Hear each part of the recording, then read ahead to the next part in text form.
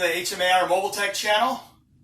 Today, I'm going to talk about a very important topic that comes up a lot in this type of work that I do, and I'm sure it comes up a lot in the type of work you do if you own a shop, if you do mobile auto repair. Whatever the case is, this is going to apply to you. Stay with me till the end because you're going to definitely learn something in this video today. This comes from about 15 years of being in business for myself. This is a lot of experience that I'm trying to share with people on my channel. Not only how to fix cars, but how to deal with customers, how to write invoices, how to deal with all those different things related to situations that you're going to find yourself in dealing with the public. Customers today, I don't want to say that they're problematic or they're not as good of customers as maybe you would have found yourself dealing with if you were in business maybe 20, 30 years ago.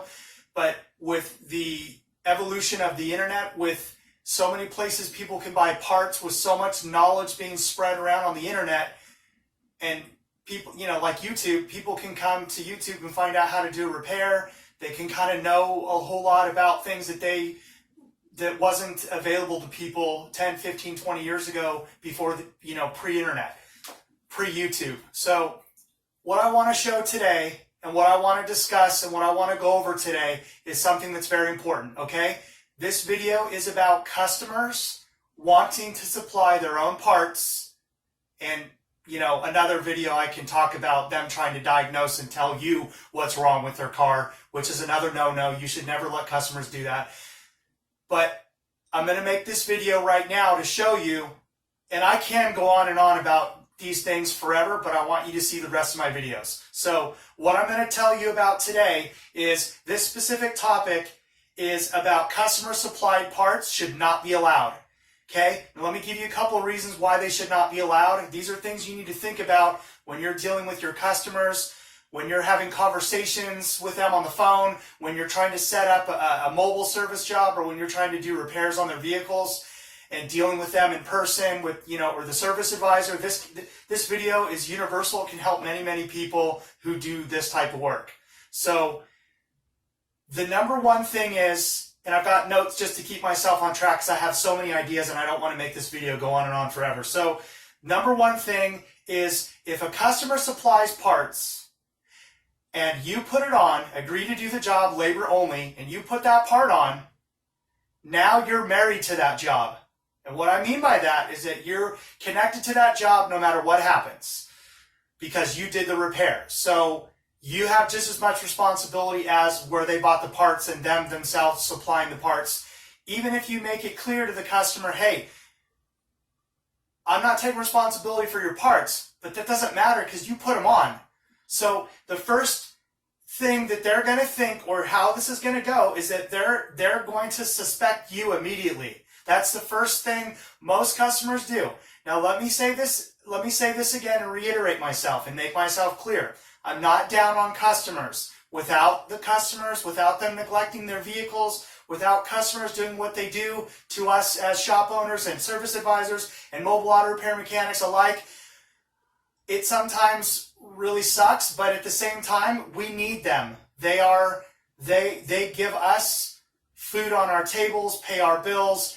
They are what make us stay in business, is people like the people, not specifically like the people I'm talking about, but customers in general who need our help and can't finish jobs and don't know how to work on cars, and we need our customers. So what I want to get to is my next point is that the number one thing the first thing I said was you're going to be suspect number one.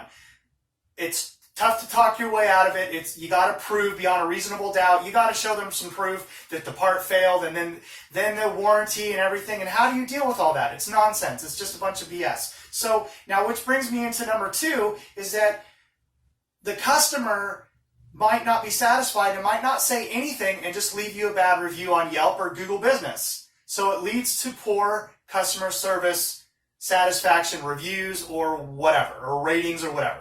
So that is why you don't want to allow customers to use their own parts. make it a policy. No, no, no, it's not going to happen. I'm sorry. Be nice to them, be understanding, but you got to explain to them that that's not how your business works, and other shops do that, but you don't do that. Save yourself the agony and the stress and the problems and everything that go with customer supplied parts. Don't take them. Okay, so number 3, when customers want to supply their own parts, it takes money out of your pocket. Let me tell you why. As a commercial account holder for Napa Auto Parts, O'Reilly Auto Parts, or AutoZone, we have special privileges. I have special privileges. Now, I might not get a major discount, but I might save, a part might be, full retail price might be $29.99, and I might get it for $19.99 or $24.99. So that's a few dollars there. That money is for their warranty that you got to do. If you're a good shop, you're probably going to do 12-12. 12 months on parts, 12 months on labor, or 12,000 miles, whichever comes first. When I do little repairs that aren't really big, lengthy jobs and have a lot of parts involved, I just do 90 days parts and labor. But in big jobs like a radiator and a bunch of coolant hoses and a thermostat, I'm going to do a 12-12 warranty. So what I always do is I make sure that the customer is aware that whatever price they pay for parts that's going to be itemized and listed on their invoice is exactly what they would pay as a regular walk-in retail customer at AutoZone, O'Reilly, Napa Auto Parts, wherever they go. So if I make $2.99 on the thermostat, that's okay. And I don't have a problem keeping that and putting it in my pocket because it saves me money, it makes me money, and I can pass the warranty on to them, to the customers. When I do a big repair, I might make $30, $40, $50 on parts because I'm selling them to my customers at regular retail price. I'm not gouging, I'm not doing a huge markup. If you have a shop and you do 100% markups, that's fine. Do what you want to do. That's fine. You should do what you do to make money. That's how a lot of shops make their extra money, is from upselling on, or marking up the parts, excuse me. So I also want to say that if the customer, once you explain this to the customer, they should get it. But if they don't get it, then try to explain it to them in a different way. Reword it. Try to explain it in other words. Try to paint them a scenario, okay? So when you tell your customers, you don't tell them dollar amounts. You don't tell them exactly, just make up a generic example like I did with the thermostat, okay? So this just leads to more problems, and it just means you make less money. So try to make money, because that is the whole purpose of being an auto repair mechanic, is you want to make money, but you don't want to rip people off, and you want to be honest. Fourth and last thing that I want to say is that this is one of the most important reasons why you don't allow a customer to supply their own parts for a repair. Okay, now if you're at a shop, it's not really too much of a big deal. It's just a phone call. Hey, customer, this part doesn't work. It's not even for your car. It's for something older or newer than your car. I need to get the parts, and then just give them a new estimate. Okay, so just don't even get into those situations ever by just not allowing customers to do that. And so this fourth reason is, example, 2002 Ford Focus 2.0 liter dual overhead cam. The customer wanted a thermostat. They said, I got the thermostat, and then they said they got some coolant. So, okay, great. Well, that's only half the job. On these particular cars, they come with an outlet, water outlet, that houses the thermostat, and it bolts on the side of the engine with 3 bolts. This particular housing needs to be replaced every time you replace a thermostat. They're plastic, they warp, they crack, they get hot, go through all the hot, cold heat cycles and all that. You need to make sure that you got to CYA yourself. When you get out on a mobile job, this is a perfect example for you.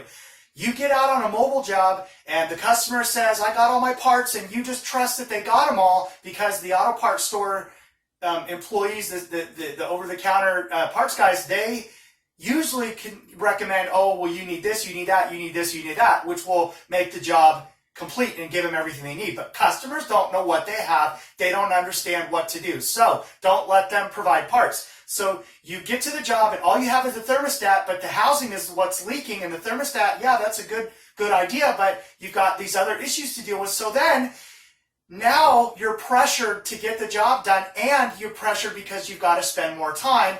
And so you can't make appointments on those types of situations, because how do you know what's going to happen? If you control the parts, you control the repair, parts and labor as a package, you control your business, and you can make money, and you will be profitable. You might not be very, very profitable, but you can definitely make money. And you do it legally and legitimately and honestly. So you get to the customer's location and they don't have all these parts, and you're running around trying to get all this stuff. It's a Mickey Mouse bullshit game of, you know, you feel like you're one of the Three Stooges, and I don't like feeling like that. When I know I need to do a job, I'm going to do it 100% professionally. I'm going to get the housing, I'm going to get the thermostat, or the housing and thermostat all in one. I'm going to make sure it has everything I need before I leave the parts store, have more than enough coolant to do the job, and have every single thing I can possibly think of to do that repair. Because when I get out to that mobile job, I don't want to be out there hours and hours and hours effing around and MFing myself for allowing the customer to provide their own parts. Do not allow customers to provide their own parts. I hope you learned something from this video. I tried to make it as quick as I can. This is not a rant. This is an educational video. Learn from me. Learn from what I'm telling you. I love my customers. I love good customers. You will scare away a good mechanic or good auto repair business as a customer. So I'm not saying me. I'm saying the customer. This is advice for the customer. You will scare the shop or the mechanic or whatever the situation is. You will scare them away by your attitude with you trying to provide diagnostics, you trying to provide parts, and don't tell the mechanic how to do the repair. Let him do it. If you trust him, he's a real business with licenses and knows what he's doing. He will not do you wrong. So do your homework as a customer. Customer, this is for you. Go to Yelp. Go to Google. Check them out. See if they're licensed. Go to their website. Do everything. Do your due diligence to make sure you're getting a good customer, that you're getting a good mechanic, and that you're getting a good reputable business, and see what other people say about them on Yelp. That's history. You don't want to just see one 5-star review that was 4 or 5 years ago. What have they been doing in the last 6 months? Think about that. They got good reviews, and they keep getting them over and over and over again because they're a good business. Trust them. Let them do the work. Let them do parts and labor in a package. You will have a happy mechanic, and he will love to take care of you, and he will always do good work for you. At least that's what I do. So, but I hope there's a lot of good mechanics, and I hope you will become a better mechanic. And this is for the mechanics out there. I hope you will be a better mechanic by listening to what I say and doing what I tell you to do, and being a good mechanic and doing things honestly and doing things right and doing things the best you can with as much knowledge as you can and as much integrity as you can to get the job done right. We need to give mechanics a good name, and I aim to do that. So thank you for watching. I'll see you on the next one.